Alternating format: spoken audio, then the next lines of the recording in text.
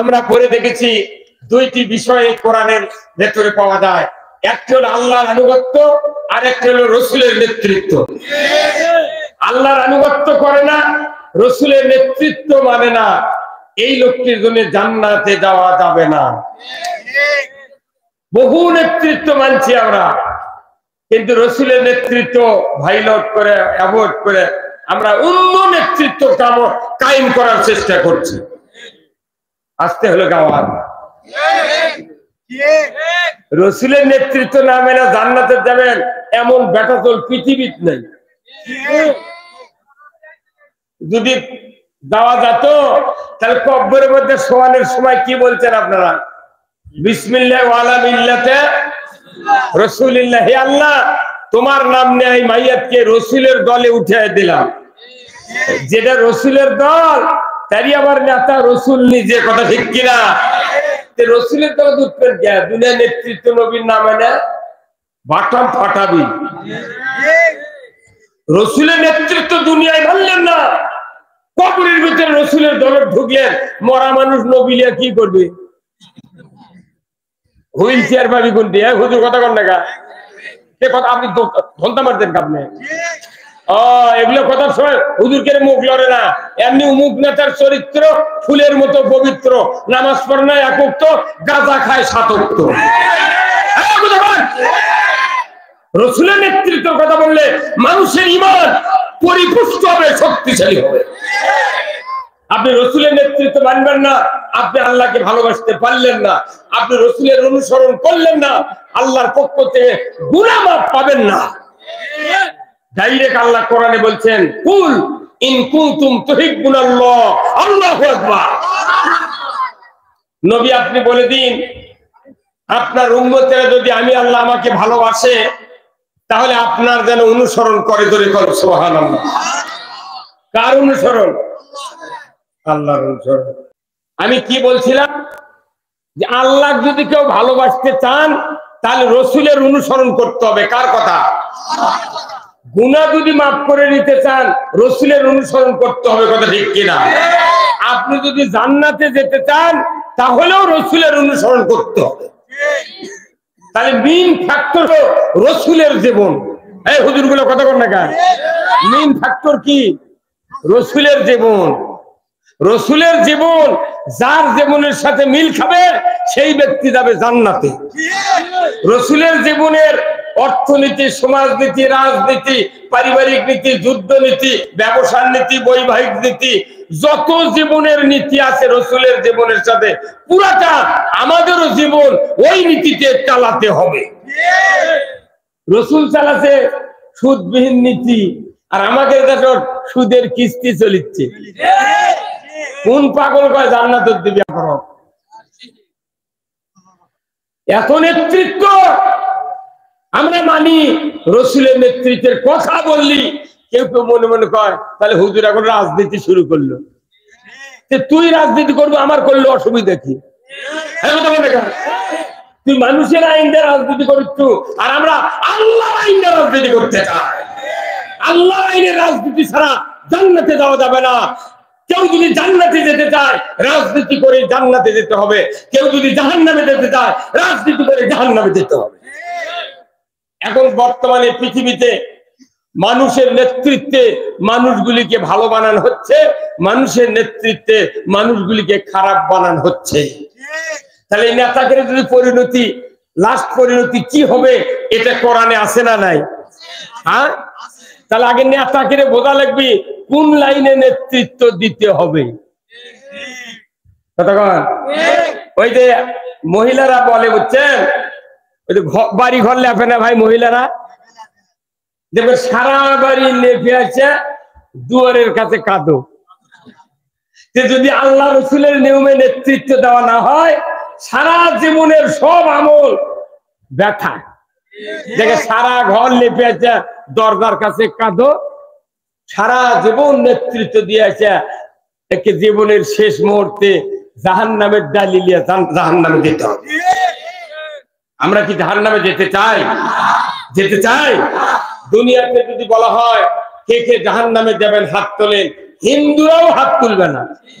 ওরাও জানে স্বর্গ আর নরক, ইমানদারের জন্য জান্নাতে যাওয়া এত সহজ, খালি রসুলের নেতৃত্ব মেনে নিলেই আপনি জান্নাতে যাবেন। কিন্তু সব নেতৃত্ব মানবো, রসুলের ডাক কলি লাখত বন্ধ লাগে, মানে না। আপনি আগে এই দুটা জিনিস বোঝেন, আল্লাহর আনুগত্য, রসুলের নেতৃত্ব। সেই রসুল 12.5 লক্ষ বর্গ মাইলের শাসক ছিলেন, উনি মসজিদে নববীর ইমাম ছিলেন। সেই মসজিদে আজও হাজিরা নামাজ পড়লে 1 রাকাতের বিনিময়ে 50,000 রাকাতের সওয়াব। ওটাও আল্লাহর ঘর। আপনাদের এই গ্রামে যে মসজিদ আছে সেটাও কার ঘর? তো ওখানে 50,000 রাকাতের সওয়াব, এখানে আবার 27 গুণ সওয়াব। এখানেও তো 50,000 হওয়া লাগবে। কেন হচ্ছে না? ওই মানের মসজিদ আমরা তৈরি করতে পারিনি। রসুলের মসজিদটা ছিল যে ওখান থেকে রসুল্লাহ কোরআনের বিধান কায়েম করেছেন, নামাজ কায়েম করেছেন, যাকাত চালু করেছেন, অন্যায় বারণ করেছেন, ন্যায়ের আদেশ করেছেন, মদ হারাম করেছেন, জুয়া বন্ধ করেছেন, দুর্নীতি বন্ধ করেছেন, সুদ হারাম করেছেন, চুরি বন্ধ করেছেন, জেনার সঙ্গে ছেড়ে আইন কায়েম করেছেন, সমাজে শান্তির সকল বিধান কায়েম করেছেন, অশান্তি দূর করার সকল বিধান ওখান থেকেই কায়েম করেছেন। তাহলে মূলত মসজিদে নববী শুধু নামাজের জায়গা ছিল না, ওটা একটা জাতীয় সংসদ ভবন ছিল। সেই জন্য ওখানে 1 রাকাত নামাজ পড়লে 50,000 রাকাতের সওয়াব। আর আমাদের দেশ দাড়ি, টুপি, পাগড়ি, জুব্বা, পাঞ্জাবি, এরপরে আপনার নামাজের ওযু, ডান পায়ে মসজিদে ঢুকে সানা, তাকবীরে তাহরিমা, সূরা কেরায়েত, 2 রাকাত ফজরের নামাজ মসজিদে জামাতের সাথে আদায় করার পর তারপরও 27 গুণ সওয়াব হতেও পারে, নাও পারে। কারণ কি? শুক্রবারে যতবারে জুম্মার নামাজ পড়ে বলেন তো, প্রায় 14 মানুষ সুদের কিস্তির সাথে জড়িত। আল্লাহ সুদ হারাম করেছেন, সেই সুদ সমাজে চলিচ্ছে। একটা নেতা সুদের বিরুদ্ধে কথা কয় না ভাই, কথা কয় না। হ্যাঁ, সুদে করে সিসি লোন লেছে, কমপক্ষে 50 লাখ টাকা সিসি লোন করে বড় বড় ব্যবসা করতেছে। আল্লাহ কবি কিয়ামতের দিন, বাবা হয়তো তো সিসি লোন পাস করে দেবো, আয় ওকে গাছের সাথে বাঁধতে কবি তো কত কোটি লাগবে লিগুয়া করলে। লোনটার নাম তো ব্যাংকারেরা লোনের নাম হচ্ছে সিসি, হরকত দিয়ে যদি পড়া হয় তাহলে সিসি। হরকতের উচ্চারণ তাড়াতাড়ি করিয়া করিতে হয়। কি হুজুর কথা বলেন? আপনি কামিল পাটির হুজুর বাটাম ফাটার লাগবে আপনার। হরকত দিয়ে পড়লে সিসি। আমার এই যুগবাতে গরুর গোবর ভরে থাকে, অবশ্যই আমার এই ইমরান ভাই বলবি সিসি হুজুর এখানে কি বলছে। সিসি কথা কি ভালো? নবীর উম্মত, পাক্কা নামাজি, আমরা হজ করেছি, উমরা করেছি, সব মানি, কিন্তু দেশে সুদ চলে, কোনো প্রতিবাদ নাই। এখন মসজিদে যতগুলা মানুষ নামাজ পড়ছে শুক্রবারের দিন 10 আনা লোক জুমার নামাজ খালি পড়ে, আর বাদ বাকি নামাজ পড়ে না। যদি জুব্বা 12 হাত গায়ের দাগ দিয়ে যদি নামাজ পড়ে, আর 27 গুণ সওয়াব হবে। তো কে কথা একদিনে 1 ওয়াক্ত নামাজ পড়বে? ইমামের বেটা বেনামাজি, মুয়াজ্জিনের বেটা বেনামাজি। মুয়াজ্জিন 10 বছর হলে মুয়াজ্জিন আযান দেয়, গ্রামের মানুষ আযান শুনে মসজিদে যায়, ওর বেটা একটাও জুম্মা যায় না। মোতাল্লি বছরের পর বছর মোতাল্লিগিরি করছে, ওই ফজরের সময় একদিনও জুম্মা যায় না। কি লাভ? কি লাভ? আমি বক্তৃতা করে কি লাভ?